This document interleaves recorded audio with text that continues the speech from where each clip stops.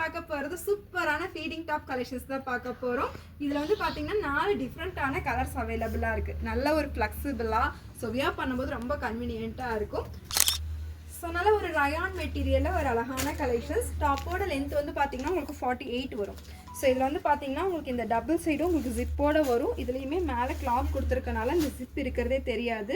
Feeding top kurtis தான் நம்ம பார்க்குறோம். நல்ல ஜிப் எல்லாமே உங்களுக்கு குவாலிட்டியாக ரொம்ப சூப்பராகவே இருக்கும். டபுள் சைடுமே ஜிப் அவைலபிளாக இருக்குது.